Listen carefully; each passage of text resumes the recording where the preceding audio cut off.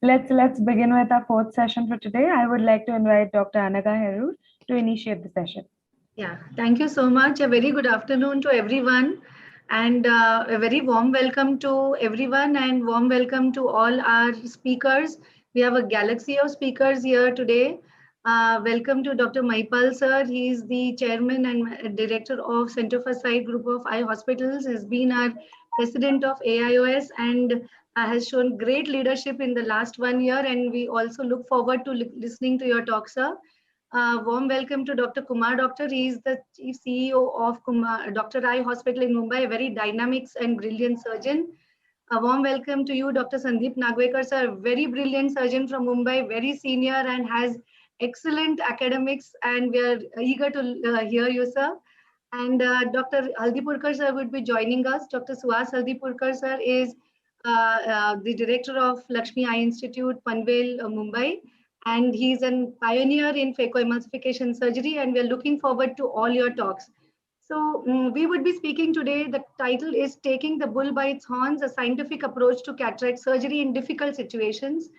So challenging situations can be potentially vision threatening to the patient, and conditions like hard brown cataracts, traumatic cataracts, posterior capsular ruptures not only increase the risk during surgery, but also in the post-operative period can cause problems like cystoid macular edema and other complications, which could affect visual outcomes. So here we need extra precautions so as to minimize the potential complications and facilitate smoother visual rehabilitation for our patients. So today here we would be discussing a lot of strategies and different ways of surgical management given in the given situation, weighing other options, and also using newer technologies like FLACS and other technologies as to how we can improve visual outcomes in these patients. So I'd like to invite our first speaker, Professor Dr. Maipal Sachdev, sir. He would be speaking to us on FLACS, taking the bull by its horns. Over to you, sir. Thank you. How much time each speaker? So around 12 minutes, 12 to 14 minutes, yes. Okay. Thank you very much, Dr. Anaga, for having me part of this instruction course. It's nice to have as co-instructors Dr. Suhas, Dr. Nagwekar, Kumar, yourself. Cataract surgery is really evolving, and that's something which is the most commonly performed surgery by ophthalmologists, and difficult situations are something that we need to look at. So I'll be talking about I would say my latest love, and that is on the femtolaser assisted cataract surgery, which we have been doing over the last, I would say now, 9 years as things stand. When you are looking at any tool or any equipment that is there, a tool would be something which will help you for the routine, but what is more important, that does it help you in simplifying what is tough. So simplifying the cataract surgery, which is considered to be tough, is something that I will be talking about. Now, the first thing which I consider as one of the most important kind of uses for the femtolaser is the use in posterior polar cataract, and I would rather pay from my own pocket than make the patient go in for a normal surgery, because it has been shown conclusively that the incidence of having complications in posterior polar cataract significantly goes down. And that is because in posterior polar cataract, you have pre-existing weakness in the posterior capsule, and cortical cleaving hydrodissection, if you do, can cause hydraulic rupture of the posterior capsule. What the femtolaser does is to have an in vivo view of the entire procedure and to see before the laser is done as to how you need to do the laser dissection. And the pneumodelineation that it causes is something which is very, very good. And it eliminates the need of using fluid for hydrodelineation or hydrodissection. Once the nuclear disassembly is already there, the nucleus fragments have already been chopped and become smaller, and you can easily remove them. This is our study that was published in the Journal of Cataract Refractive Surgery, where femtosecond laser integrated OCT, we have tried to say that as to how it helps, and it has given us great outcomes. Similarly, this photo essay was published in the Indian Journal of Ophthalmology, where you can see that the OCT guided image plus the slit lamp, plus you have the surgery, plus the intra-op OCT that is there, that will be talking about, that you can see that these are the images that you have.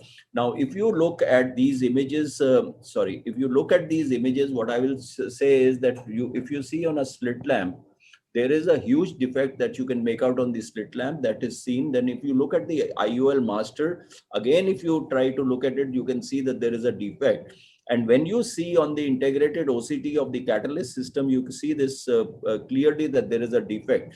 So the diagnosis and being prepared in a posterior polar cataract is something very, very important. And when you look at the eye OCT, you can see that this is the rent which happened at the end of the surgery, which was there right from the beginning. You can see that there is a normal vitreous that is herniating without it being ruptured. And this you can again see is the break in the posterior capsule which is there. So let us just run through as to what we do in a posterior polar cataract. You can see this is the docking of the catalyst system that we have. We'll see the OCT that's coming in. You can see the OCT and just watch here. You can see anterior capsule. And again, you can see what we do here is that the default setting goes up so that the area of the defect is left untouched and unaltered. And you can see that this is the nucleus that is being removed very easily. And it is only at the end of the procedure that you get a PCT. And then you can put a 3-piece lens in the sulcus. So this is something very, very important, that what the femto does is it allows you to see the problem and then go ahead. So the epinucleus that you are leaving behind is a great cushion. And in a normal microincision cataract surgery, you don't have what you have, the airbags that are afforded to you by having this epinuclear cushion, which you can maintain throughout the procedure. Now, femto laser is, let us say, in the difficult situation where there are small pupils, you can put in a Malguin ring or a Bhattacharjee ring, dilate it and go ahead and do a procedure there. This is thanks courtesy Dr. Kumar, where he is showing how to put in a Malugin ring. And you can see that the Malugin ring that has been implanted in this particular case, you can see once you have this implanted the Malugin ring, and this is the OCT that is being done, and the catalyst system, and you can see that you get a good capsulotomy, and then you get a good nuclear disassembly which is there. Phacomorphic glaucomas, if you look at phacomorphic glaucoma, in these particular cases, you can see there is a phacomorphic glaucoma, iris touching the back of the cornea. It is a closed chamber where we are working, and if we were doing it with a needle rhexis, you would not have this, see, when the whole intumescent fluid came out, there would have been definitely a Argentinian flag sign, which you did not get. And you can see that as we move along, we are able to get a great capsulorhexis and finish the procedure very well. This is a rock hard cataract, and it has been clearly shown that in rock hard cataracts, you can see this is a good capsulotomy. The amount of energy that you are using in these black or rock hard cataracts, you can see that this cleavage is already there. The bubbles came out, and you can see that despite it being a rock hard black cataract, the segmentation is very good, and you can see that we get great outcomes, and the amount of energy that you are using goes down significantly, and you can get good pristine corneas.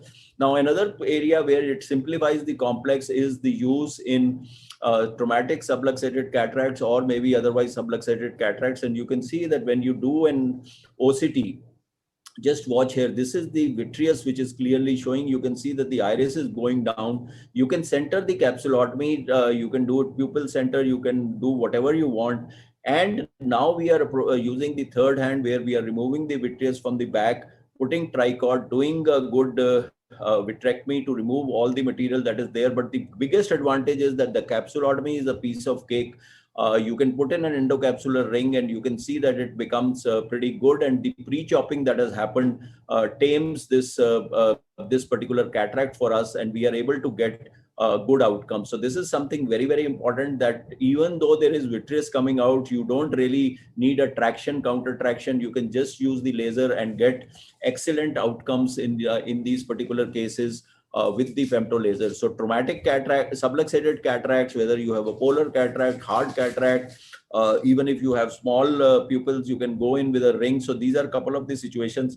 And phacomorphic glaucoma is again a treatment of choice that you are looking at a femto laser that is there. And this is the post-op picture of that particular case that we are having.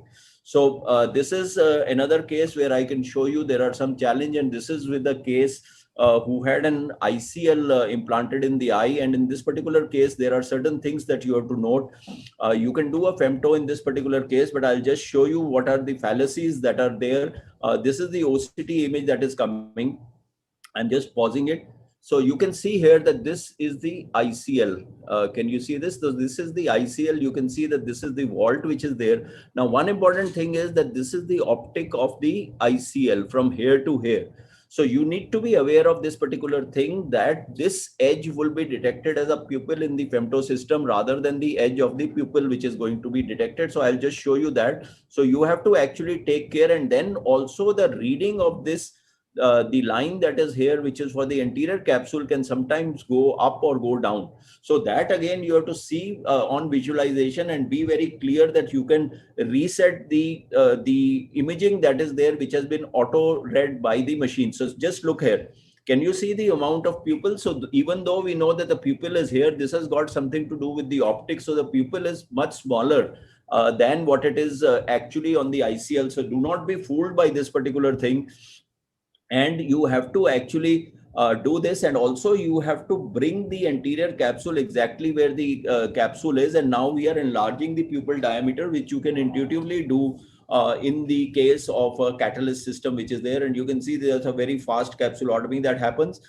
This is the nucleotomy that is happening in these particular cases. See, what is very important is that you should, despite having all these, I would always use trypan blue. As you can see, we have put in trypan blue there. You can, so that if there is any tag of the capsule, which I am suspecting at that particular point, you can easily take care of it. You have the LRI, which is there, and now you have to just remove the ICL. You can see that the capsule is lifting up on its own. And this is again going to give you a good, easy removal without much manipulation. So you can see that the capsulotomy is pretty much all right in this particular case. And now we are just pulling out the ICL, and along with the ICL, you can see that the entire capsule also came out. And now the phaco is just the way you want it to do. The architecture of the incision you can make pretty well, and this is the removal of the cortex. So just a couple of points that I wanted to tell you. This is an odd power. The patient was a very high myope, so therefore we are using a 3-piece lens, which is available in Sensar, say 3-piece, so with a minus power. So what I will wish to say is that there could be some things that you need to look at in case of a post-ICL cataract that is there. So friends, this is all that I've shown you a couple of cases where this is not the normal cases that I wanted to show you, but these are cases where there were tough situations, and the tough situations do require adjuncts. And the adjuncts, apart from small little like a Malugan ring or a Suven's ring or an eye, or doing a endocapsular ring support, etc. Apart from that, I think the femto makes the technology deliver specifically in these complicated cases. And I would say that as the technology of femtocataract has evolved, it is finding widespread use in complex cases. Even posterior capsular access is now in the domain that it can happen. The femto laser is now being used even for retina purposes and for ERM, etc. So because it is so precise and it cuts so well, you can use it for various things. You know that the femto is being used for corneal procedures also. So I think it is a fantastic tool that we have. Obviously, they have separate machines for separate indications, but for at least for cataract, I would say it's the time to take a leap of faith and switch over to the power of femto. A lot of patients are coming and demanding it, and at least in my personal practice, majority of my cases are being done with femto, and specifically for premium IOLs, it is always almost in 95% of the cases a combination of premium IOL with the femto laser procedure. With this, I will wish to thank Dr. Anaga for having me in this particular course. Thank you. Thank you so much, sir. That was a lovely presentation. And you have been a pioneer, sir, in the introduction of FLACS procedure in the entire country. And we look up to you for all such indications where FLACS has made really surgical treatment of in difficult situations so much easier. So I just wanted to ask you a question. You showed a case where we used FLACS in white cataract. So in your experience, sir, because as we all know, the capsulotomy is basically like a postage stamp perforation. Have you had any kind of experience where after the flax has been made, when you're actually removing the capsulotomy flap, there is an anterior capsular tear and the CCC goes to the periphery. Okay, so I would say that yes, I had this problem, but this problem, I don't know where I have these videos, but this problem used to happen when we started with the earlier machine that was Lensax, and that was without the soft fit. I think the soft fit coming in changed a lot of things because a hard dock on the cornea would allow the posterior fold to kind of stop the laser beam from going in. Any distortions, any foreign body, any particles we have also submitting for presentation, the fogging of the interface that has happened in a SMILE interface or even for an intralace, that does not allow the penetration of the beam. So the one thing that is that this hard dog at that particular time would do, but in the ever since we have gone on to the liquid optic interface, which does not have a compression on the cornea, the problem that comes in these cases is that there is a sudden deflation of the lenticular fluid the moment there is a the capsulotomy, so the fluid comes out, so the default changes. So if the OCT has seen the anterior capsule at this level and suddenly it falls, it may not be hitting. So it is best to have, in these particular cases, the shortest time. So if you give more time, then the number of revolutions and the time taken for the whole thing to settle down and not cut on the proper thing would be an issue. So the fast capsulotomy in the Catalyst system, I think, is a specific, it's a boon for us. And ever since I have been using this, I do not have much of a problem. But just as a measure of abundant caution, what you have said is right, that there could be some areas of postage stamp. Postage stamp perforations also happen in thick fibrosed capsules. It need not be just intumescent cataracts. You should always use trypan blue in these particular cases. And even if there are areas, the postage stamp is also something fantastic because you know that this cut from here has to go here. So if you are using with a good viscoat or a viscoelastic that you are using, a sodium hyaluronate, etc., you can easily join these. So just assess the capsulotomy that you have. In white cataracts, always using trypan blue staining that you need to do in these particular cases. But I have not had much of a problem ever since I switched on to this system, and we have done thousands of them. So do you also increase the capsulotomy margin in these patients? Margin settings? Default, you are saying? Yes, yes. Yes. So basically, this is something that is always confusing. There are two sets of views. One, people say that you increase the default, and the second set is you actually leave it the same, or maybe you can decrease. Now, there are positives and negatives for this. If you increase the default, you are increasing the time, right? So the time that you allow for, and it becomes slower. That means that the way it is, because it is going from a default from here to here, so it will take more time. So what happens is that allows the fluid to gush out, and that is what can allow the flattening of the capsule, and you may have a problem. On the contrary, you have a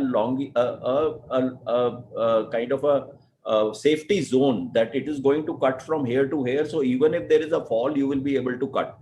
On the contrary, if you are reducing the default, that means that you are making it 300 microns or 400 or 200 rather than making it 800, it will do it very fast, and the fluid does not have enough time to escape, and that is enough to do that. So actually, I have tried both. Both have their pros and cons, and I have not been able to get an answer as to what it is. So I actually leave it where it is as to what it is. And that is fast enough for you to get. I don't know, Kumar or Sandeep, etc. You can say about that, but they have both. What has been the experience of Can I just make a comment? What Mahipal said is absolutely correct. In fact, I see how the dock is. If I have had a planar dock, then Mahipal, I would like to reduce the default, Yes. Because in that, then you know that you are there. So you are going to cut it very fast. Yes. But if, like, for example, there is a tilted dock, then it becomes more difficult. And in those tilted docks, I would definitely stain with trypan once the capsulotomy is done, whether I know it's complete or it's not complete. One more question I would like all the panelists also to answer is, in case of an advanced glaucoma, or in a patient with a prior filtering bleb, would you still go ahead and do flax, and what other precautions would you do in such cases? Okay, so from the case of filtering bleb, I don't think there is any problem. And I am talking basically on liquid optic interface, which is not a hard dog. So we have enough and more cases, but my glaucoma expert, Dr. Harsh, does not want me to do in late stage or end stage glaucoma because they feel that there could be a snuff out of the field. But I have never had a snuff out because the pressure that is raised and the time for which it is raised in the liquid optic interface is very little. The harder dock that you had earlier would cause problems or could have caused problem, but I have never had a snuff out in any case of glaucoma where I have done. But yes, these are hemodynamic changes that can happen even for a limited time. If you have an increase in the IOP for a patient who is end stage or late stage glaucoma, maybe it might be a good idea. But regarding a filtering bleb, I have done it even in cystic bleb, because you know that the silicon covering that you have on the liquid optic interface, it is not a hard dog and it does not cause any problem which is there. So I really, until of course it's very, very cystic or something like that, I would consider it. But otherwise, if I have a black eye, it doesn't really matter to me. Any comments from the other panelists? So I have also operated patients, and there is absolutely no issue at all, and there is nothing really happens. And another thing I know that in Catalyst system, the pressure of the eye really doesn't go very, very high. So I think it's quite safe to go ahead and do a femto in such cases too. Yeah, and we have done a lot of patients with filtering blebs, like we said, with hardly any issues, and cataract with glaucoma surgeries also with flax. So, Dr. Haldipurkar, sir, your comments, please. You're Please muted. unmute, sir. Yeah, I know. No, well, unfortunately, I cannot comment on this because I do not use femto. So I have no experience using femto for a cataract. Okay, we'll move on with the next talk. I'll be giving the next talk that would be on traumatic cataract.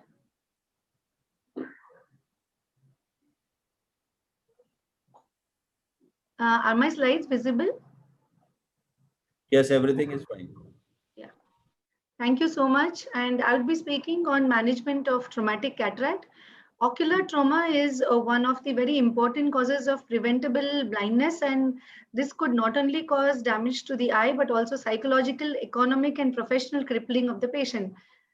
In case of children, we have seen a lot of accidental trauma, especially with the bow and arrow injuries after seeing a lot of serials. And this was a 9-year-old patient who came to us with a penetrating injury. He had a corneal tear as well as a cataract where the anterior capsule was ruptured.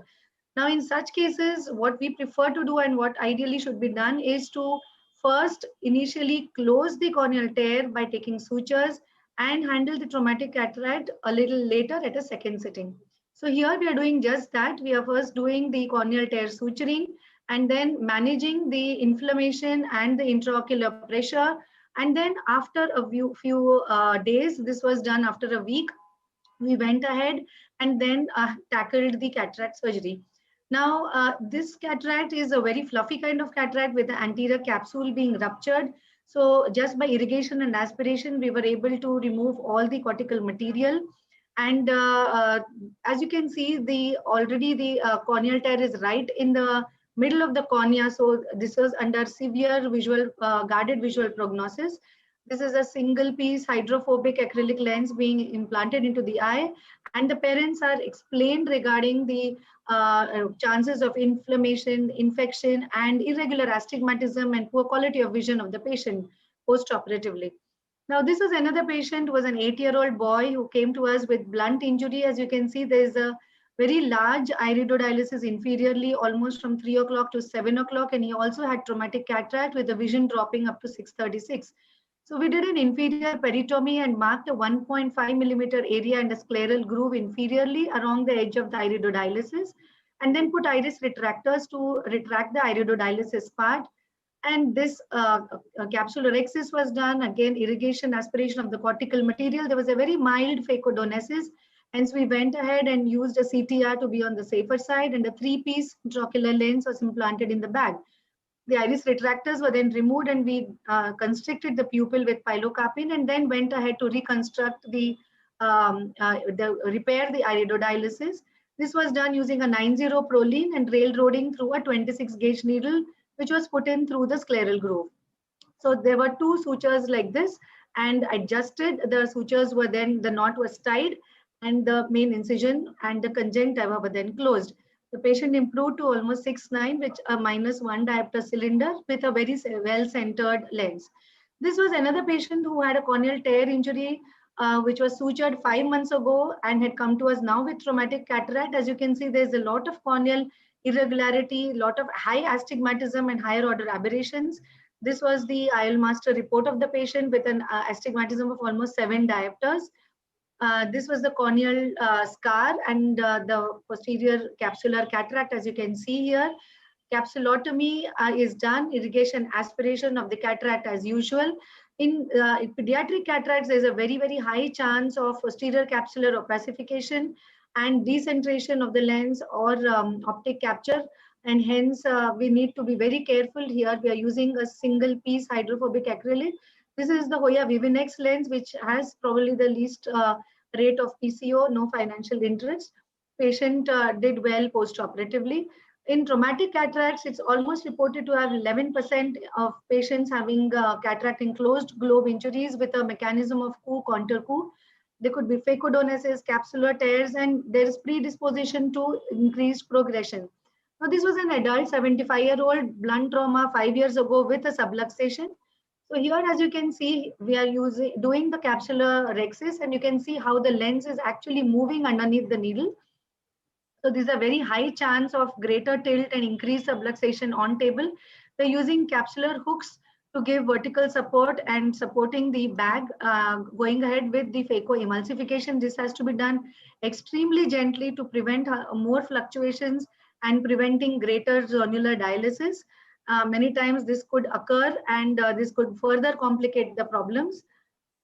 Once the phacoemulsification is done, you go in for the irrigation aspiration. The bag is still not so wobbly, and here we are now putting the CTR after the irrigation aspiration. In cases where the subluxation is very severe or the dialysis is more than 4 to 5 clock hours, you would probably do a CTR in the earlier stage of the surgery itself.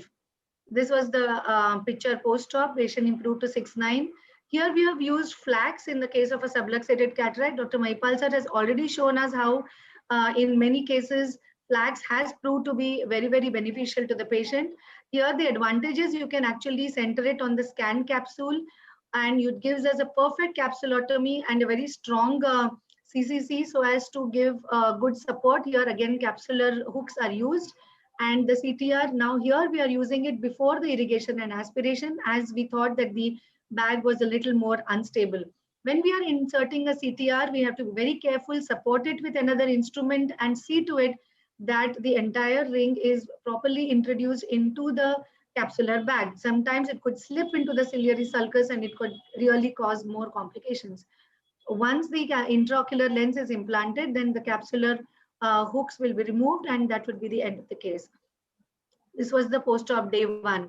This was a very interesting patient, a 26-year-old male who had surgery of cataract done because of trauma 17 years ago, and the vision was just hand movement. As you can see here, there is total optic capture, and there is no pupil at all with a PBI seen superiorly. So here we went in underneath the lens and made a small incision, and then went in behind and did a vitrectomy. And with the vitrectomy cutter, we actually carved out a pupil for him, and there was this, the lens was as it is, and then at the end of the surgery the patient had a good pupillary opening, and then the vision improved to almost 624, which actually helped him for good binocular vision. And this is a very old video, a 70-year-old patient who had history of trauma 20 years ago, very black cataract with phacodonesis and very poor vision. In fact, nobody had touched him for almost the 10-15 years since he had diminished vision. And doing a phacoemulsification in such a case would be really heroic. So we went ahead and did an ICCE with cryo, and just removed the entire lens or mass, and then put in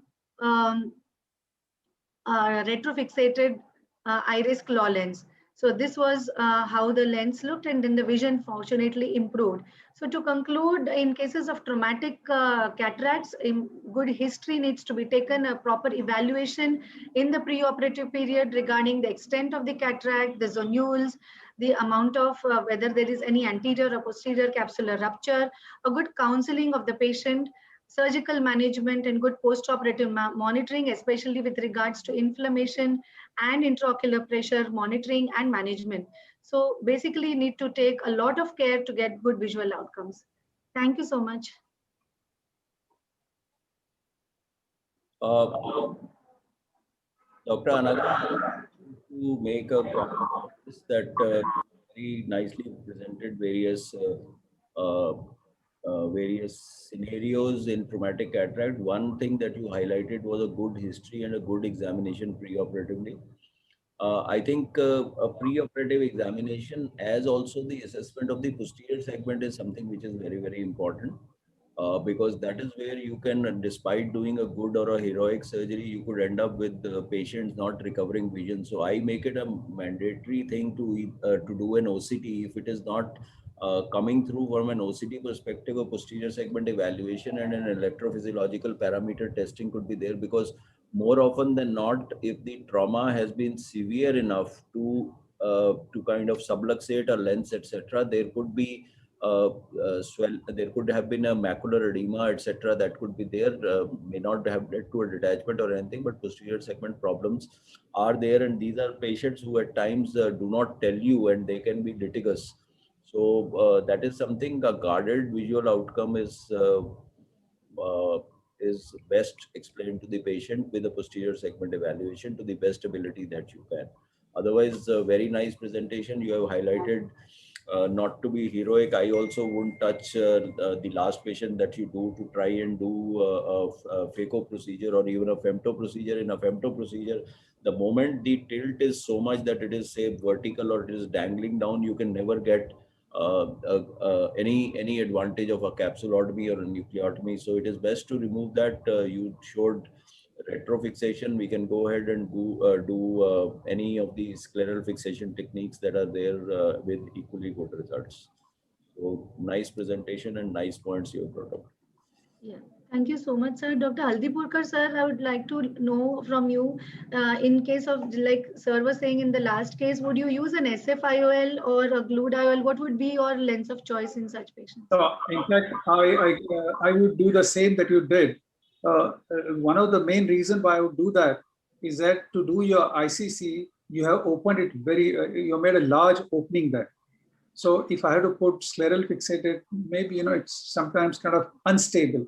And considering the amount of, visual prognosis that the patient has, I think I would be better off doing retrofixation. But my second choice in a seeing eye or someone who's going to get good visual prognosis, it would be a scleral fixation. Because, there are a lot of newer ways of fixing a lens. But to the listeners, I would like to say that if you are good with a particular technique, stick with that, because even if you are doing scleral fixated, there's so much you can do to make it better and get better results.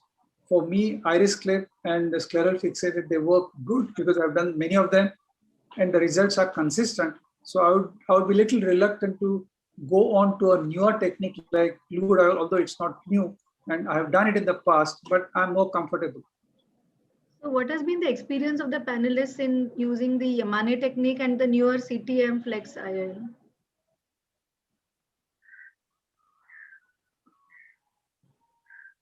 So I personally, go ahead, Kumar, or whatever. See, we have adapted to the glued IOL. Glue, I would say, is something that just makes the whole complex into one. But I think the Yamane technique is faster and it's pretty good. Sutured scleral fixation is something I would say is a little less practice now, because it gives you a trampoline effect, because the suture, and now we are finding degradation of those sutures, and now Gotex etc. is being used, which is reasonably thick. So I would do anything where you are fixating the haptic onto the sclera, either with a glue or like a Yamane technique. That is what it is, or the bulb that you are creating at the end, and these work pretty well because the haptics don't degrade. to the extent that you can have a suture being degraded, and the results are really good all over, and these techniques are being adopted by almost a lot of the surgeons. Results are excellent. I want to make 3 points. One is when you put a capsular hook, like what Anaga showed, the way you make a side port for iris hook is different from what you will make for capsular hooks. So capsular hooks, when you make a side port, this is a take-home message for everybody, that it has to be shorter in length and very close to the limbus, then only your capsular hook will stay. Like how we make for iris hooks or like a normal side port to put up a chopper, if we make the same kind of side port, then the capsular hook is not going to go through that. Another point is whenever we put an endocapsular ring and the capsular hook is in place, we have to make sure that we loosen the capsular hook a bit before we put the endocapsular ring. And the last point I made is that all of you can look at this design from Nishant Madhivanan. He has got a new lens for posterior fixation like a glued IOL, but the haptics come out in a form of a T. So when you come out of the sclera, this T just opens up and it just locks on. So this I thought was a fantastic design. Yeah. You can ask Nishant, all of you know him, and it makes the procedure 1,000 times much easier. I have not used it, but it looks so very easy because it's just a T. You take it out from the hole in the sclera, like how we take out with a glued IOL, and just leave it there. So you don't need to tuck, you don't need to do anything at all. And Yeah, I've told that him was to design in different sizes depending on the UBM that we get, and that will really make the procedure much easier and faster. Yeah, that was a great innovation. Actually, it was presented yesterday also in the Thinking Under the Apple Tree. So, Dr. Nagvekar, sir, any comments? Yeah, no comments, but I just wanted to ask Kumar, is it available with a certain company and are various powers available? Yes, so you can ask Nishant. If you have his number, I'll message it to you in case you don't have it. But otherwise, yes, it's now commercially available.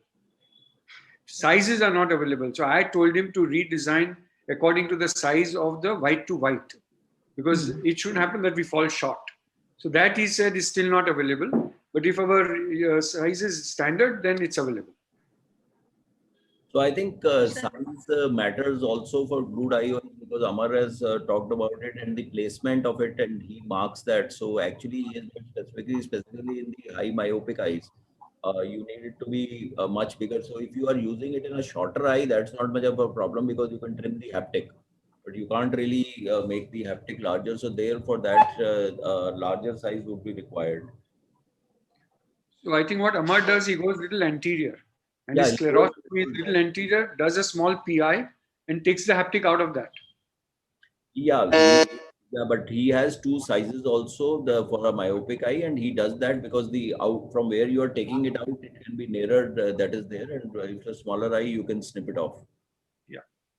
So one question I had is when we are in a glued IOL, when you're or in a Yamane technique, when you're actually pulling both the haptics out of this above the sclera, the actual plane of the IOL lifts up. So Yeah. that would change the effective lens position. And what implication would that have on the post-operative refractive position of the eye? So whenever you are doing such an IOL, you have to actually look at as if you are placing the lens in the sulcus. So you have to give a lower power from that particular point of view, because the effectivity would be more. And the second issue in these particular cases is that for the lens to remain in the same position without a tilt, he has these markers which are exactly 180 degrees away. So you can mark it, and so that you can take it out from exactly the same place. But yes, you have to work on the IOL power. Cases that instead of if you had prepared for even if you have a PCR on the table, etc., you had prepared for a lens to be put in the bag, you are actually placing it a little higher, so that you have to take care. And normally, obviously, we don't have any lenses. If there is a problem of a toricity, you have to just leave it, because we don't have 3-piece toric intraocular lenses which are there. Otherwise, they will be very stable. But then you have to mark the axis. So as of now, we do only do with the spherical lenses that are available. Yes. Thank you so much, everyone. We'll move on to the next talk. Dr. Sandeep Nagvekar, sir, I invite you to give your talk on management of rock hard cataract. Have you stopped sharing, Anaga? Yeah, it's. Yeah. Sir, please share screen, sir. Yeah, but आप नीचे से share screen दबाइए ना पहले.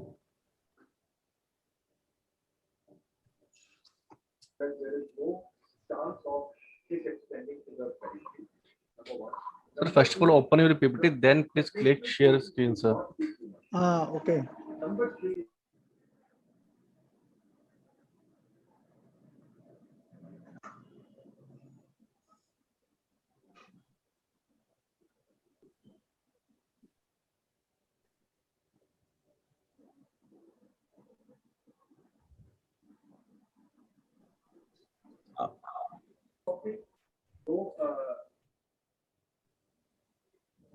Doctor Sandeep, आप power point को खोल के मिनिमाइज कर रही है पहले. Yeah, but I don't know. And last question on your mobile. We go on to the next speaker. Otherwise, Yeah, you go to the next open it. speaker. Yeah. Okay. Dr. Kumar, would you like to come in? Yes. Can you please share? Yeah, I would like to invite Dr. Kumar to share his presentation and speak on management of refractive surprises. First of all, thank you, Dr. Anaga, to have asked me to participate in your course. Take the bull by its horn is the title of the course. So this is taking the bull. But sometimes you can be taken by the horn of the bull, and both have different endings. So now the question is, how do we go about different case scenarios that we have put ourselves into, and how to solve the problem? So the talk is all about post-op refractive surprise. So this can happen during pre-op, during surgery, special situations, and difficult cases. So we'll discuss each scenario. Now, pre-op is a wrong patient, wrong eye, wrong formula, wrong IOL, wrong A constant, wrong calculation, wrong lens ordered, and wrong entry into the OT list. So mistake can happen at any level. Of course, all of us have our systems in place. An example, a high myope, post-op error, good corneal thickness. One good possibility is to do a surface treatment. So surface treatment is very easy that you can see. I'll just show a little case of surface treatment. Here, there is nothing much to be done. Only data that we really enter inside is the epithelial thickness. So once we enter the epithelial thickness, the entire procedure is a non-contact technique, and the ablation happens by the laser by itself. So this is a very good solution. The pressure of the eye does not go up. There's no question of IOP going up. There's no question of anything happening to the IOL, etc., etc., etc. So this can solve your problem immediately. Coming to pseudophakic patients and the post-op error, and the patient has got a multifocal IOL. Now, as you all might know, that if a patient has undergone LASIK, say 15 years back, today we still go ahead and put a multifocal IOL. So do not have a fear in your mind that if a patient has got a multifocal IOL and a post-op surprise, don't be scared of doing LASIK in such procedures, in such cases, if the corneal thickness is good. So this is a pseudophakic eye, and I'm going ahead and doing LASIK. This was many years back. So you can see that many years back, we are going ahead and doing this. So this is again a pseudophakic eye. You can see the reflection coming from the surface of the IOL.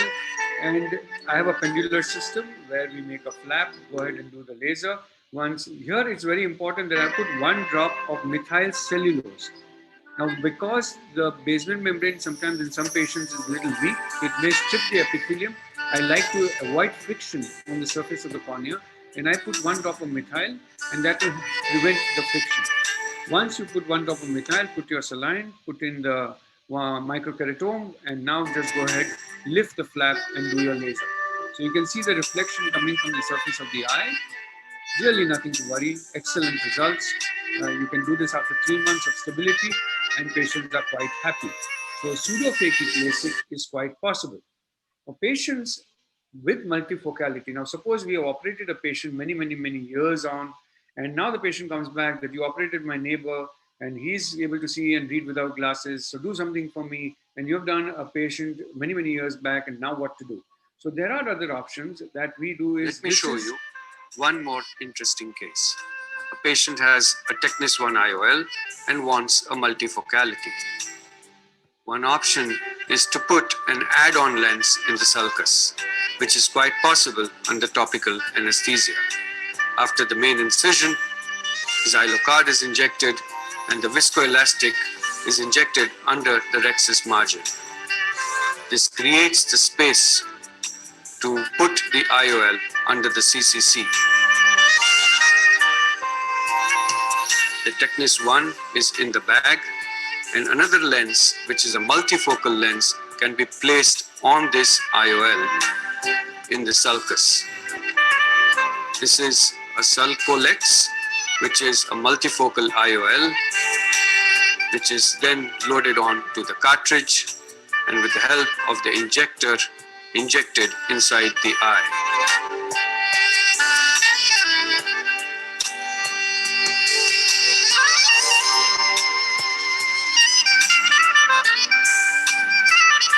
The haptic slowly unfolds and is placed in the sulcus.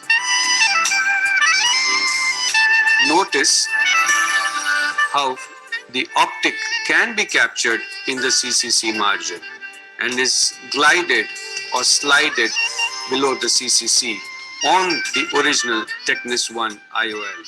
So this is a Sulcoflex, which is a multifocal IOL, which is placed on the original Technis 1 IOL, and that gives multifocality. You can do this only in one eye and the patients are quite happy. You don't need to do a bilateral procedure for this. Coming to piggy bag, now this is one more option that we have. So the patient has undergone surgery many years back. This was a very interesting case. I'll just pause for a second. 20 years back, patient had some trauma. Post-op is -9 with 1.5, good cell count, keratometry says everything. We had a wavefront analysis. So let's look at how the case actually is seen. Here you can see that the lens is also there. Now question here is what to do. So this are all the readings. I'm not going to show you, but this is how the patient came to me. So you can see a PMMA lens, a displaced IOL. Okay, anterior posterior capsule is stuck. Vitreous is coming from above the IOL. Okay, fibrosis around the haptics. Okay, and worst scenario, iridocapsular adhesions in the periphery. So you can see adhesions. And now we need to do something for this because the -9 patient was actually referred to me for LASIK. But here I decided to go ahead under topical anesthesia, of course, do vitrectomy, remove all this. And now the first thing is, if we want to do Sulcoflex, in this case, it's very important. I made sure that the vitreous is out, that we center the primary IOL. You can see that the primary IOL is decentered. So now what can we do? So what I did was this anterior posterior capsule, which is stuck together, I tried to make a reasonable larger opening for that. And once I made a larger opening with a vitrectomy, so you'll see that I'm doing this. This is a vitrectomy. The anterior posterior capsule, which is adherent to each other, I make a larger opening. Okay. And we have a decentered primary IOL. Now I will use the same dialing hole, which is a larger optic in olden times, and engage it with the capsule. So now that centers my primary IOL. Now I break the capsulocortical adhesions and then go ahead and put a Sulcoflex to neutralize the -9 that was there. You will be surprised in this case, this is a Sulcoflex going in. The cylinder disappeared because I removed the tilt of the primary IOL. So that itself was a great help. So this is another tough case where I put in a piggyback IOL. Now this is another case, old design. Mahipal must have seen these designs, larger optic, dialing holes and post-op error. In such cases, what can you do? You can put a 3-piece IOL on this primary IOL to correct the refractive error. So this is a sensor IOL and we are placing it in the sulcus on the primary IOL. So you can see that a 3-piece can easily be placed in the sulcus and that will correct your spherical refractive error. And this patient, of course, these designs are non-foldable, large optic IOLs available many years back. And patient had post-op refractive error. You can go ahead and correct this too in such a scenario. This is, of course, an intraocular procedure. If the cornea is thin, one can go ahead and apply this procedure. So this just finishes that case. Now, during surgery, what can go wrong is a wrong IOL box given by your staff, confusion in the name. Sometimes you have the same name of 2 patients, so make sure that is taken care of. Wrong make of an IOL, wrong IOL implanted, and value time out. So this is another case where an associate of mine had placed an IOL, and we realized it was not only a wrong IOL, it was placed upside down. If the primary IOL was placed correctly, okay, I would not have worried. I would have done a piggy bag and placed another lens on it. But if your primary IOL is upside down, how do you make out that it's upside down? So you can see that this haptic should have been in this area and the other haptic should have been in this area. So what had actually happened is that IOL had flipped during the surgery. It was placed in the bag, but upside down. So in such a case scenario, we don't have much choice since we know that the error was large. We make a nick and use the same IOL. After cutting the IOL, we use the cut. You don't need to cut through and through. In the olden times, we used to cut through and through. We just make a little cut here. And this cut, we use the same cut as a fulcrum and hold one edge of the optic in an incision, which is about 3.2 millimeters in size, and remove the primary IOL. Once that is done, you know exactly the calculation that was done primarily, and then go ahead and place the actual IOL that was necessary for this patient. So sometimes this can happen, that a wrong IOL with a wrong power in a wrong position can happen in such a case scenario. This is a good option that you may have. Torics, a pentacam not done. If you do any toric IOL without doing a pentacam for your patient, believe me, friends, you can be in real trouble, because the patient had keratoconus, you went and did a toric, and the patient is still unhappy, and the patient still needs a toric correction. Wrong placement of insertion with the virion, sheet placement is wrong manual marking, wrong size CCC, and rotation of the IOL. So torics with intacts of this patient, in fact, was very, very happy. I want to give a take-home message to all of my friends here, that if a patient has had intacts and you put a toric IOL, the surgery is very simple. It's just like how we do a routine surgery.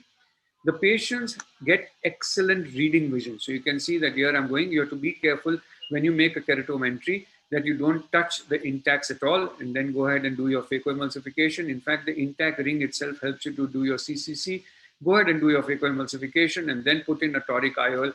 Because of this patient having keratoconus, steepening of the cornea in the center, we put a toric IOL in the axis necessary. These patients can read beautifully. You'll be surprised with a monofocal IOL, they get a depth perception and they can actually read N8 without glasses. So this patient of mine was very, very happy.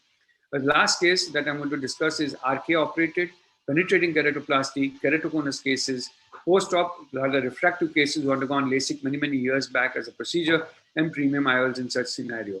So this is a patient with RK. Remember, my incision is made between two RK cuts. So sometimes we have to place the keratome in front of the two RK cuts and see whether that's enough to give a space. Here you can see that I've done the manual marking to put the toric IOL in an operated patient with RK.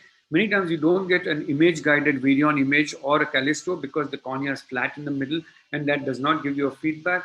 If it doesn't give a feedback, you have to do a manual marking and place the toric IOL in the axis of desired direction. So once that is done, we remove the viscoelastic and then just hydrate the wound. Sometimes these wounds do open up, nothing really much to worry, but if that happens, you just have to take a suture. So your planning in such cases is very, very important as to where you make an incision. So suppose you have a 24 cut RK or a 28 cut RK, you can go a little posterior, go scleral. Here I've gone corneal because I know that I have enough space between the 8 cut RK to place my keratome and go ahead and make my incision. So this is one precaution that you have to take during RK cuts.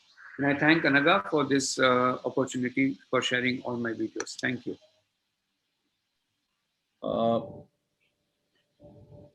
Thank you very much, Dr. Kumar. I'll just want you to tell the people who are listening. I think one of the things which is very underperformed, under-recognized is to do a touch-up of a refractive surgery on case of any patient where we are getting a refractive surprise. How often would you resort to that, or we are still apprehensive of doing that? I'm not at all apprehensive. In fact, in the US, what they are doing nowadays, all premium IOLs are charged for LASIK and cataract at the same time. And if a touch-up is necessary, they just go ahead and do it. So I nowadays don't have a fear at all of a touch-up for my patients, because with surface techniques there, excellent results, and the pain almost gone in surface because of different drugs that are available in India. I am very, very strongly recommending that I tell all my patients, do not panic, do not worry, they have to have patience. And after 2-3 months of stability, we go ahead and do the procedure. Yeah, because what I feel is that leaving a patient unhappy is a big disservice to your practice. So even if you have to you have not included in a package or whatever it is, a surface ablation or a touch-up can easily be done in these patients, and they would be very happy. So what I normally do as a practice is that if there is a residual refractive error, I would say that, okay, I'm giving you a temporary glass, you wear it and see whether it obviates or takes away your symptoms and you become from an unhappy to a happy patient. And if the patient is happy with that, I will immediately go ahead and do a touch-up. Dr. Suhas, Dr. Sandeep, you have any comments on this? No, before that, I just wanted Mahipal, what will be your cutoff before you do a refractive surprise? I mean, you do a surface treatment in a post multifocal. Like you have a patient with minus 0.5, 0.75. Would you do it or would you wait? So that is exactly what I'm saying, is that why I will give a trial to that particular patient as to how that patient feels, because at times the refractive error, an astigmatism of 0.5 diopters may not be worrying the patient, but the patient may be having other dysphotopsia. You have to look at the angle kappa or the angle alpha as you want to see, and do an eye trace and see whether there are abrasions and other reasons for that. Because purely simply doing refractive correction may not help the patient, but typically up to 0.5 I will leave behind. So it's only beyond 0.5, that means 0.75 and above I will do, because surface abrasion is really something where things going wrong are very, very unlikely. Yeah. So Dr. Nagvekar, you want to have any comments? Yes, for me also the cutoff would be about 0.75. If the patient has done one eye, then for the second eye, I would do the second eye first, do whatever adjustment I want. And then after 3 months, see whether the patient really desires a correction. Very often, if the patient is happy with the second eye, they don't want to touch the first eye. So only if it's very necessary, I would go and do a touch-up. Yeah, but if it's a large refractive error, yes. Like Umar said, I prefer surface treatment nowadays. So all of you, how comfortable are you today with the modern generation of, I would say, the CRV or the trifocal lenses, using them for post-refractive surgery patients? I'm very comfortable. I've done quite a few cases now with the extended range of vision lenses in post-LASIK patients. And I'm having very good results with the Vivity, which I'm using now currently. Vivity may not be a problem. I haven't used Vivity, so I don't have any problem with Eyehance or maybe Vivity, because I haven't. That's fine. But what I'm asking is trifocals. I'm just asking that, would you do a Synergy for those particular patients? Would you do a Zeiss trifocal, Panoptic, something that actually the brand of trifocals? Are you still apprehensive about it? The contrast, etc., those kind of things, and how does the patient the dysphotopic phenomena that are there, because you're not working on a normal cornea? Sure. Mahipal, first of all, I would like to use a trifocal or a multifocal or a bifocal in only those patients who demand. I mean, many of these patients who've undergone refractive surgery before, and somehow these myopes who've undergone LASIK before never want to wear glasses. So if ever I've implanted a multifocal lens, I try to first of all discourage them. But in case they insist, then yes, in the past I have used even the Restore lens in such patients. But I know that their quality of vision is not very good. But yet they are so adamant about not wearing glasses that they tolerate all these things. So if the patient has got it done from me, it's only because he insisted on having it done. Yes. Yeah, and explain all the. My question is that when the patient asks you, would you say, okay, you can get it done, or you would dissuade me? Kumar, Suhas, I dissuade them first of all. Okay. Yeah. I personally done quite a few, but I would in fact, these patients want it. So there is no question of dissuading them, as what Sir said, Dr. Nagvekar. But so I would prefer to do an EDOF IOL in one eye. And if I'm falling short of an addition, I may do a Tecnis multifocal in the other eye, telling the patients that halos in one eye will be more. Surprisingly, they adapt quite well because they're already adapted through that LASIK vision. And now with any of these other IOLs, yes, with the multifocal, we are reducing contrast, we are giving glare, we are giving halos, but they're quite happy because they are wanting to be spectacle independent. So this mix and match works quite well in my hands. Okay, Suhas?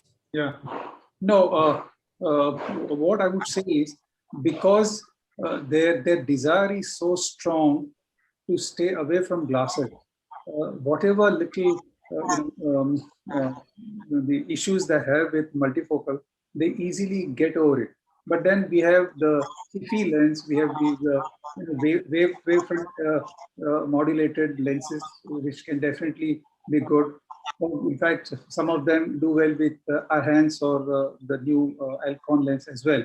But to me, the new lens from Johnson & Johnson Synergy really works good, but it's only if the patient has a strong desire for vision without glasses. Thank you. Are you ready, Dr. Nagvekar, with your Yeah, slide? I hope so. Okay. So he'll be talking about hard cataracts, right? Yes.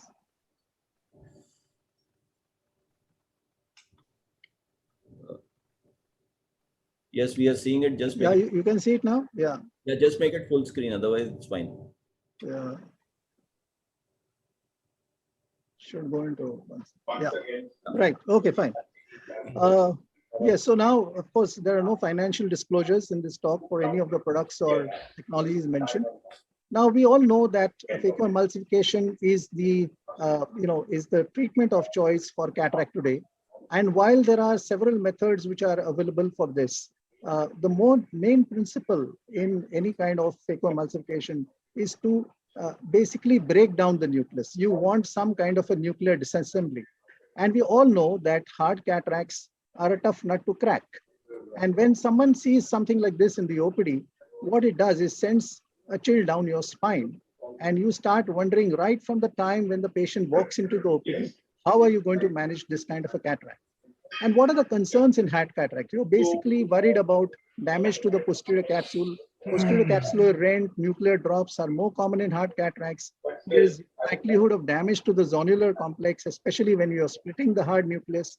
And of course, with so much energy being used in the cataract, and very often these cataracts have a very shallow anterior chamber, there's high risk of damage to the cornea.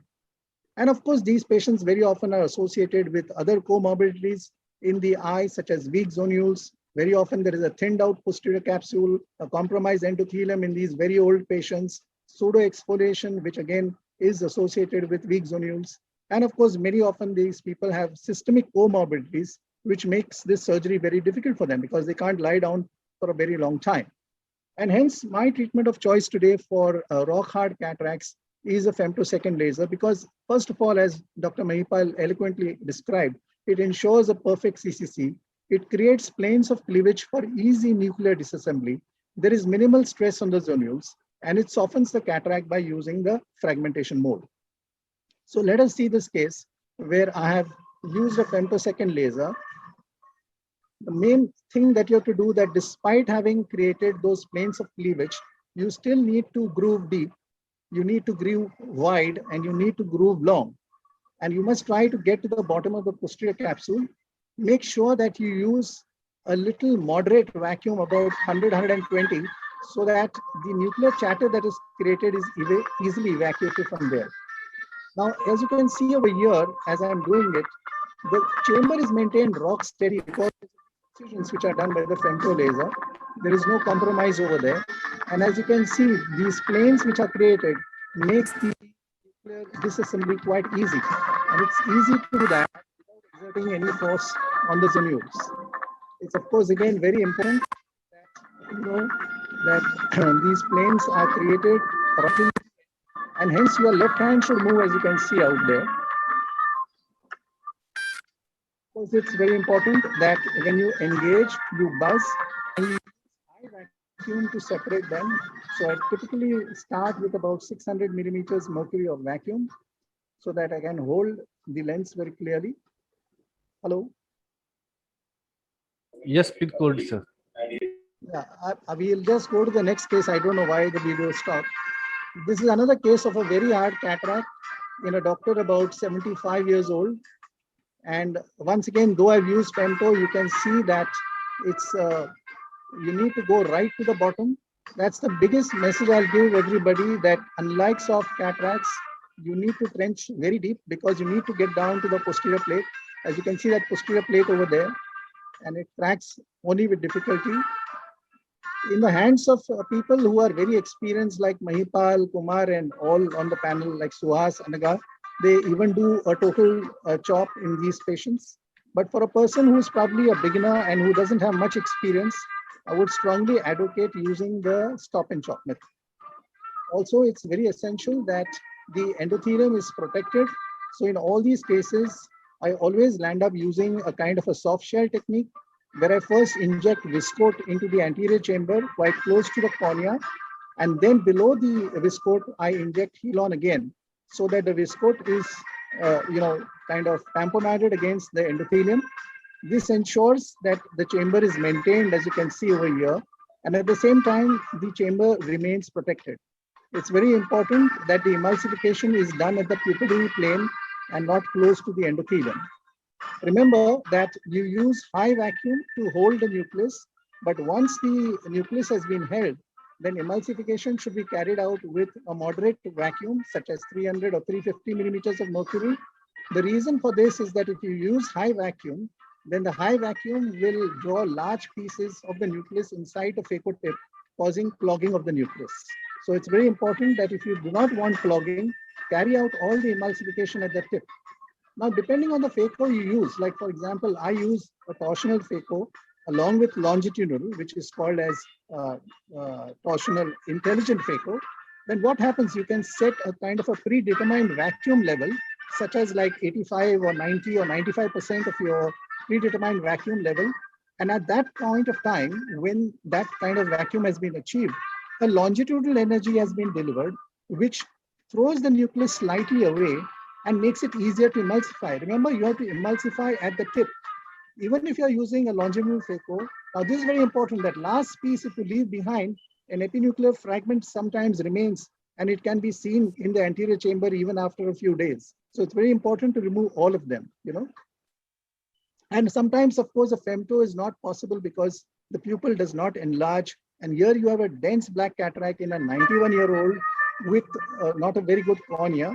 So as Maipal suggested, and as Anaga said, you put in a Malaysian ring in all these cases. Here there is such a black cataract that you can't see any fluid wave passing across.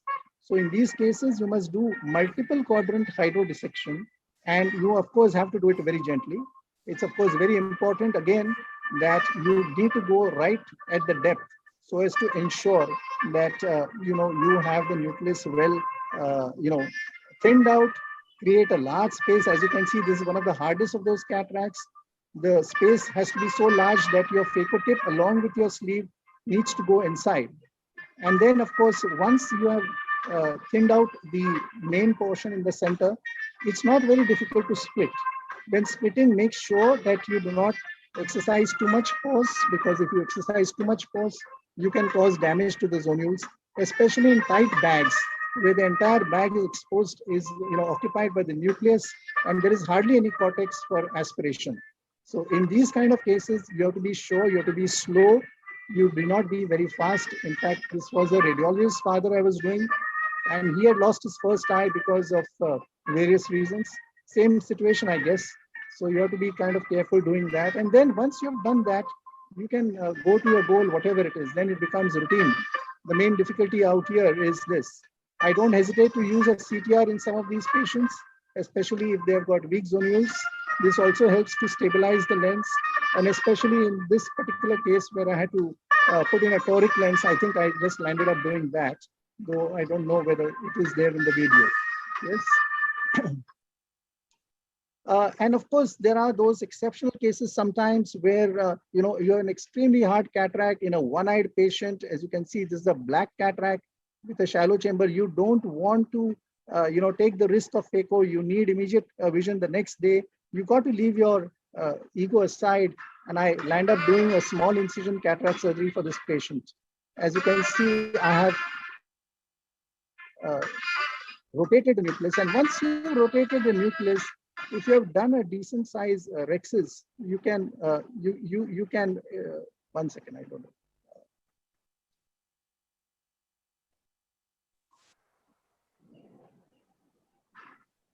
Yeah.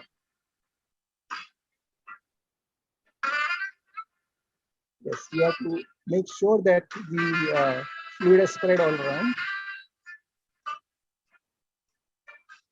And use a good wave, go behind the iris. And once you manage to prolapse one pole, it's not very difficult. Then you just slide your hydrodissection cannula below one pole of the nucleus and dial it out of the bag into the anterior chamber. Once it's in the anterior chamber, you put viscoelastic under the lens. And even if you have not done a very large tunnel, you make sure that it gets engaged in the tunnel. Once it's engaged in the tunnel, just like a delivery in a in a baby, you kind of go and insert your cystosome from the opposite port, push it further, and then engage it and get it out of the eye. So, when you're not very sure whether you'll be able to do a good job, there's no harm in going for an SICS. And as I planned in this case, this was a toric lens, as you can see from the marks. I calculated a surgical induced astigmatism of 1.5 and managed to get a 6/6 vision unaided by putting a toric lens in the eye, even in these cases. So I'm sure that with all these cases, even a premium IOL like a toric or even a multifocal can be put in these hard cataracts, provided all the principles are observed carefully. So the key points in the management of dense cataracts is you have to do a specular microscopy pre-op in all these cases, use of a soft shell viscoelastic, a gentle multi-quadrant hydrodissection, a nuclear rotation is a must prior to phaco. Always rotate all these lenses, because if you have not rotated, and because these nuclei are very hard and adherent to the epinuclear shell, you will land up in problems. You have to do a deep, wide, and long trenching.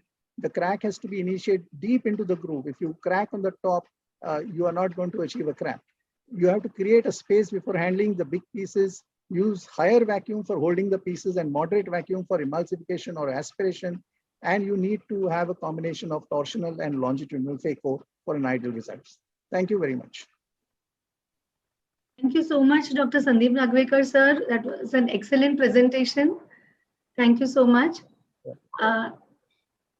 Dr. Mahipal, sir, what is the most important step that you think is important in managing rock hard cataracts? I think I'll just give a very brief reply because we have only 13 minutes to go and Dr. Suhas has to talk. Oh, okay. So anyway, I think patience is the most important thing, and taking a proper decision whether you can handle it in what form or not. And I think the last slide sums it up all, going deep enough for creating a trench and using good viscoelastic and also good irrigating solutions, and breaking the backbone of the nucleus. That is the most important thing. I think Thank you, sir. the last. We'll go ahead with Dr. Haldipurkar sir's talk. Very warm welcome to you, Dr. Haldipurkar sir. We are so happy and really thank you so much for joining in here. Please share your screen, sir. I'd like to invite you to give your talk on management of posterior capsular rupture. Anaga, I would like to thank you for making me part of this, a real team of exceptionally good surgeons. And thank you so much. And Sandeep, as always, you have brought out really good points on your talk and you've done great justice. Well, management of PCR is definitely an important topic because PCR is the most common potentially sight debilitating complication during surgery. And all of us, in fact, all the faculty members also have somehow at the time faced a PCR once in a while. And the studies, various studies have shown that surgeons in phaco training, sometimes their PCR can go as high as 10 to 11%. An ounce of prevention is worth a pound of cure. And it is so true when it comes to dealing with posterior capsular rupture. There are some predisposing factors that we have to look at. Talking about eye-related factors, obviously a deep orbit or reduced visibility because of corneal few opacities, or a shallow AC, sometimes a small pupil, a floppy iris, weak zonules. Definitely these are not the cases a beginner would use because they have higher incidence of PCR. If you talk of lens-related factors, that may be things that you really need to look at. It could be intumescent, it could be Morgagnian cataracts. Obviously, posterior polar has documented higher incidence of PC rupture. Even high myopia, sometimes post-vitrectomy or someone who's undergone several intra-VEGF injections.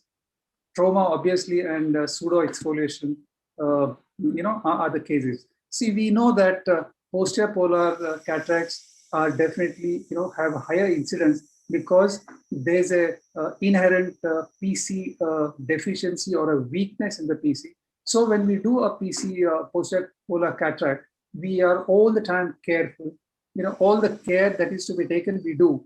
In fact, in this case, after the good hydrodelineation, the nucleus is lifted out and it's properly removed. And now I know that the major worry is over. And then you go into your epinucleus mode, and very, very gradually you try and dislodge that plaque. And you also succeed very much in dislodging it. And now you know that most of your fight is over. And then, of course, we also know that in a posterior polar, you would never want your AC to be shallow. So before your phaco tip comes out, you go with the irrigation, keep the chamber maintained and come out, and then go with the irrigation aspiration to get most of the cortex out. So by this time, you're sure that you've done it and you've come out successful. But not necessary, because sometimes these capsules are inherently weak. Now, what has happened is I'm waiting to push in viscoelastic and put a lens inside, and that's the time the PC gives way. So sometimes if you have a posterior polar, it is better that till the end you take care. Now, sometimes situational related issues could also be there, like if you didn't have inadequate anesthesia, or there were excessive eye movements, or even the positioning was not proper, or sometimes because of obesity and short neck, you have vitreous pressure. These are all cases where you can get PCL. So when do you get it most? Mostly when you're dealing with the last nuclear fragment. It could be often during stage of irrigation or aspiration, sometimes during PC polishing, at times during early or mid phaco when the phaco tip inadvertently passes through the nucleus. So in short, you can get it at any stage. Now, this is a classic case. You would always see a resident or a novice phaco surgeon doing his last phaco piece, last fragment.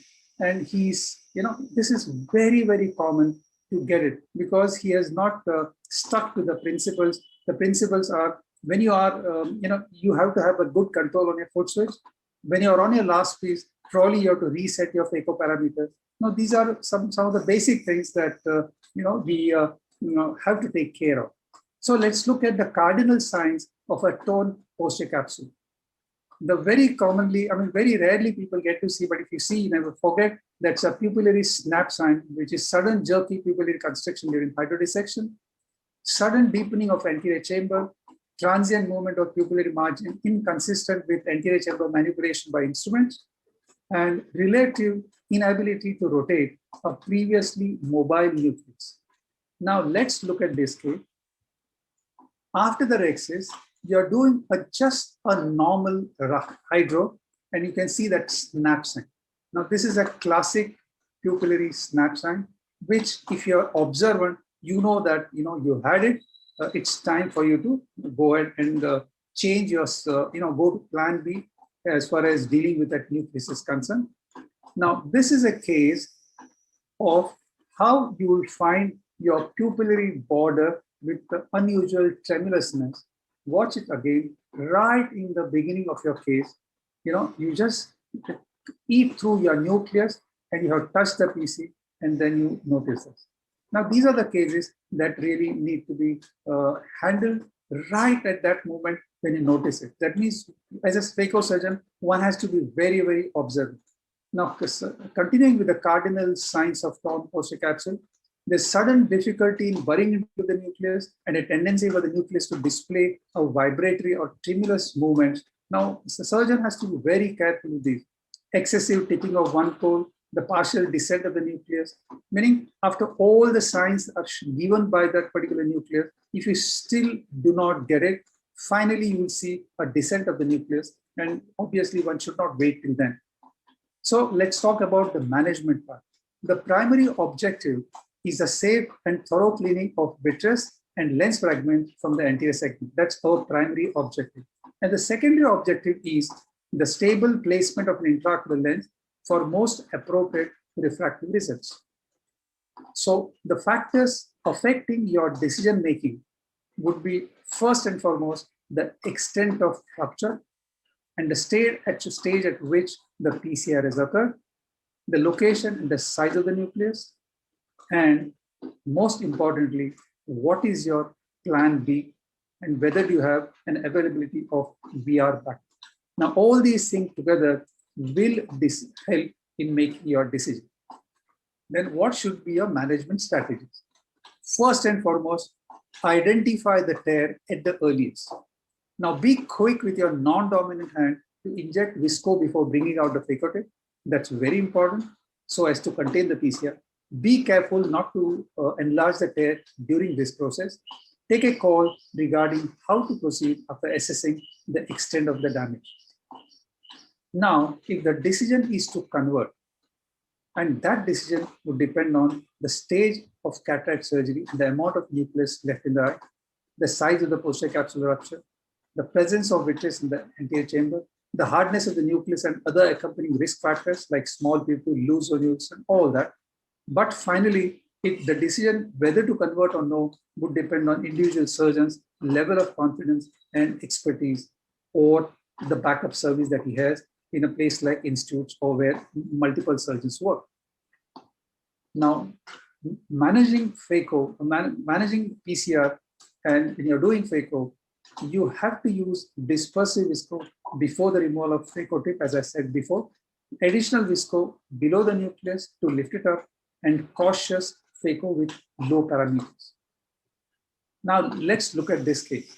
Now, here the resident is at the last stage of his phaco, but he doesn't realize that, especially at such moment, your control on your foot switch has to be very, very, very, very gentle and guarded, and your parameters have to be low. So what do you do here? First thing, you keep your phaco tip there, you come out gradually, inject viscoelastic. Once you inject viscoelastic, what you do is you block that vitreous from coming into the AC. Like in this case, the surgeon has acted before the vitreous had any chance to come into the AC. So to a large extent, the surgeon manages to block it and then fill the AC with viscoelastic above the nucleus, below the nucleus, and then through a side port, you get your nucleus in the safest zone possible. For you to do phaco, this is the safest position where you take that fragment on top of the iris. Now, there are two options. One can go for a vitrectomy straight away, or if you think you can manage to get the cortex out before going with vitrectomy, that's better, because the moment you start doing vitrectomy, most of that cortex sometimes starts sinking into the vitreous body. And here, because you have blocked your vitreous with viscoelastic, you are able to remove that cortex. And after the anterior vitrectomy, you go and try and get some of those loose cortex that's there in the back. Fortunately, in this case, the PCR is small and well circumscribed. So the option in front of me is either to use a lens scaffold and get the nucleus on top of it and complete. Some of you would say that if you have to use a lens scaffold, why use a single piece? The reason I use single piece here is because I'm very sure I would be able to get this lens into the bag at the end of the surgery. So once the lens is giving you support from behind, getting that nucleus out is not an issue at all. Once that nucleus is emulsified, you fill the eye. Now your job is to ensure that the lens goes properly into the bag. So use your hooks to open it selectively at a place where that haptic really needs to go into the bag, which is easily possible. And luckily for that resident, here the PCR was well circumscribed. So this was one case that I thought I would share with you. Now, this is the second case. Now, this is a case that I did. In this, I misjudged the phaco parameters. And when I see this, that's a time I wait, inject viscoelastic. Now, the second load of viscoelastic that I inject is between the rhexis margin and the nucleus, so that I want the viscoelastic to go behind the lens, behind the nucleus, and stay there as a support. After that, like in our olden days when we did SICS, you go with two instruments, use your spatula and your dialer, and try and get the entire nucleus out of the bag. You can even get it supracapsularly in the manner that I'm showing you here. Once you do that, try and inject some more viscoelastic behind to block the vitreous from coming forward. Now, this is a 2.2 incision. You use a 2.8 keratome and enlarge it, and use the popular scaffolding, where this time I'm using a 3-piece. A 3-piece lens is inserted and kept either in the sulcus or in front of the iris. And once the lens is properly placed, continuing with phaco is just routine stuff, because there's no fear that the nucleus will fall into the vitreous.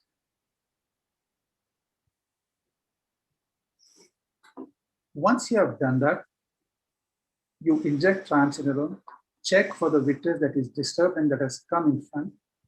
This was done some time back. If I do it today, I will use a trocar cannula and go through pars plana. That way I would avoid, I would have much better control on the amount of vitreous that is cut. But even here, I'm able to do it pretty well, and the anterior segment looks clean. There's hardly any fall of cortex in this chamber.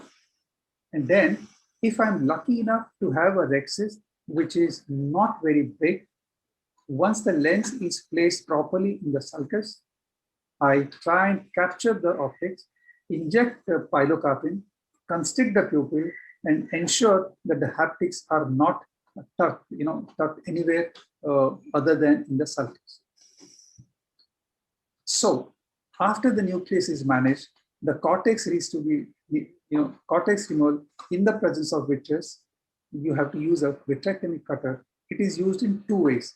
You use as cut IA mode for vitrectomy and IA cut mode for cortex aspiration. That's very important. You have to reset it. Cortex removal with a low flow and low aspiration.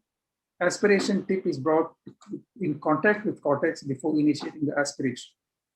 Now, when it comes to IOL selection and placement, if you have a small PCR with successful PCCC, you can definitely use a single piece in the back. If you have a larger PCR but intact rhexis, you can use any of the multi-piece in the sulcus with optic capture. If you have insufficient capsular support for PC IOL placement, then we have an array of lenses like iris clips, spiral fixated, glued IOL, any of those. But if you get a drop nucleus, either complete or even a piece of that, depends whether the nucleus is hard or no, one can complete the anterior segment, put a lens in the sulcus, and close the eye and send the patient to a vitreoretinal surgeon, or you can always leave the patient phakic, and once the vitreoretinal surgeon manages it, the secondary IOL can be put later. So in conclusion, PCR can be avoided if you expect it and proactively take necessary steps to avoid it. Thank you so much. Thank you so much, sir. Dr. Haldipurkar, sir, you're truly a pioneer in phacoemulsification, and it is really so heartening to learn all these tips from you. And even in such complex, difficult situations, you make it look so easy to manage. And I think the visual outcomes would be